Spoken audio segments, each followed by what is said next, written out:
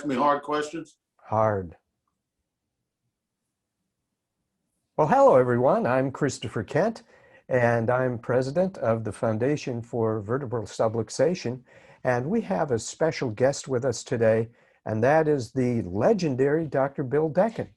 And for those of you who don't know about Bill, he's a professor here at Sherman College of Chiropractic.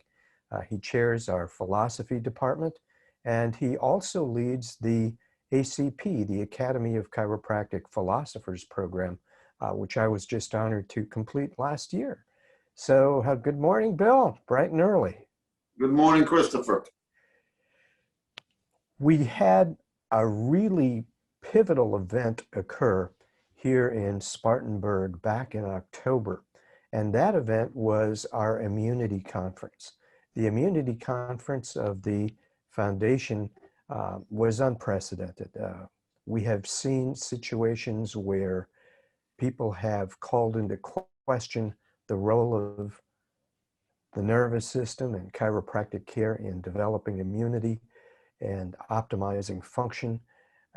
And we decided that it was necessary to do something about it. So in addition to some rather ambitious research plans that we have and some publications that we've already produced, we had this symposium where we brought together individuals who we thought were the greatest minds in the profession and outside the profession in the relationship between the nerve system.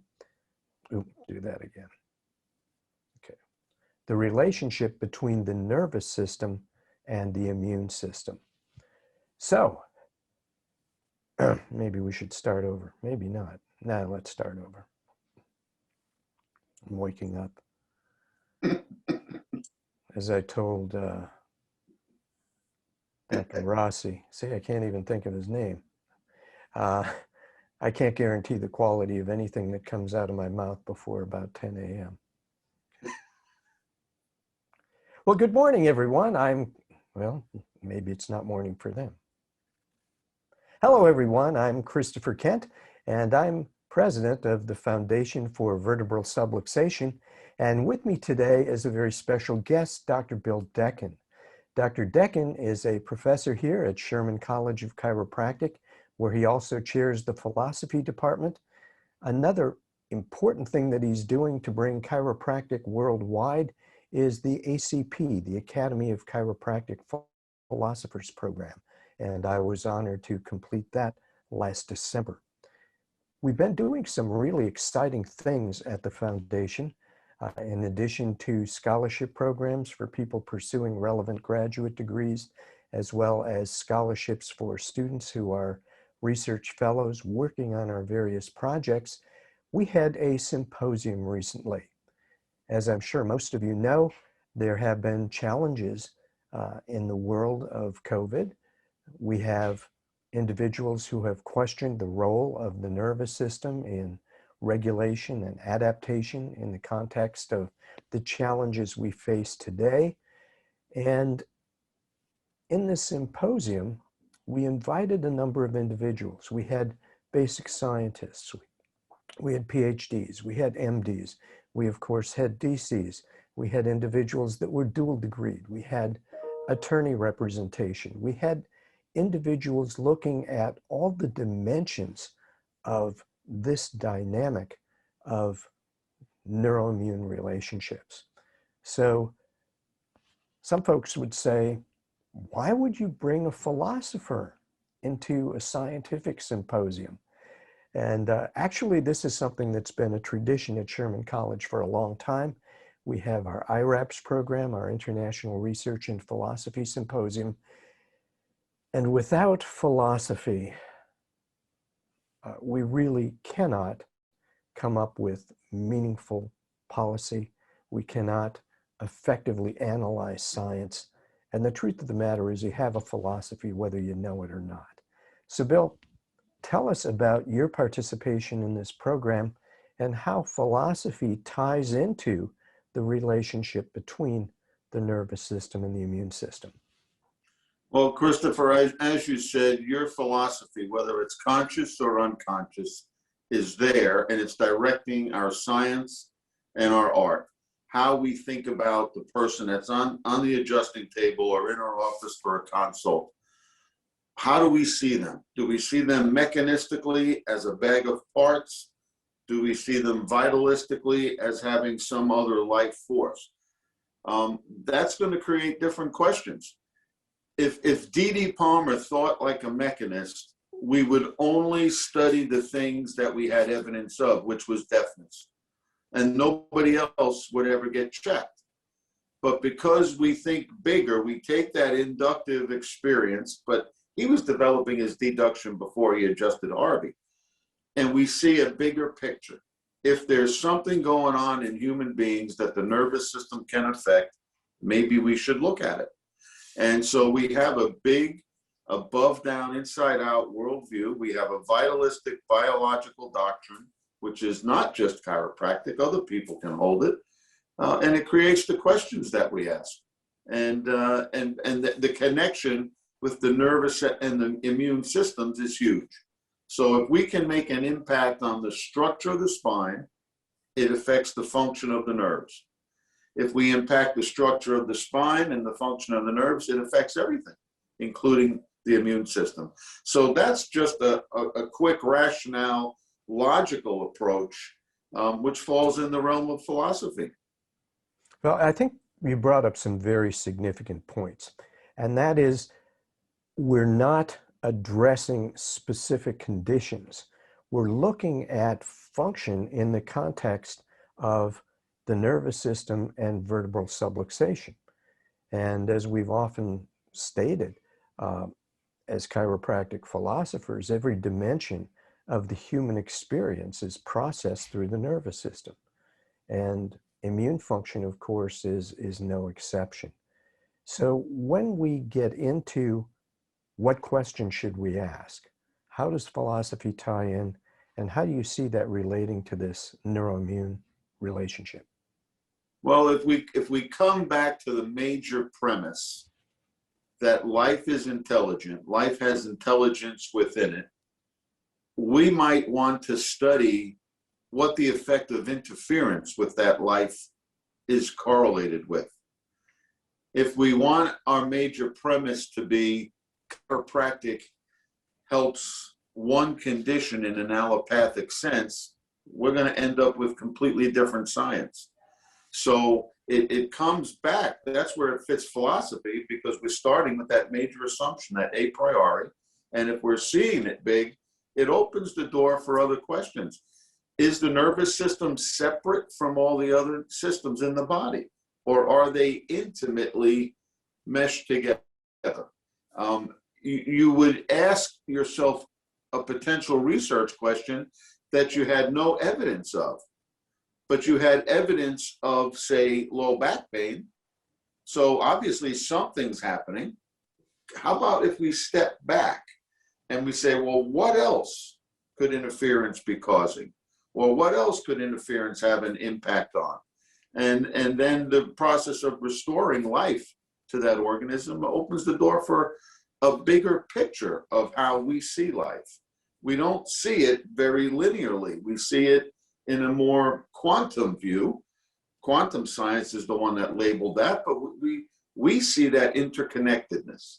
And I love the fact that any system can be connected to what we might want to research: digestion, respiration, cardiac function, or the immune functions of the body. It's all nervous connected.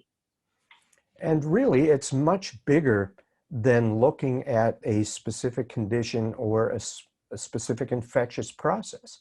You know, we're really looking at the relationship between the individual human and the rest of the biosphere. And is that a synergistic relationship? Is it a parasitic relationship? Are we interacting with other living things in a way that's beneficial? We also, I think, have to look at some of the byproducts of the current situation, and that is limited adaptability.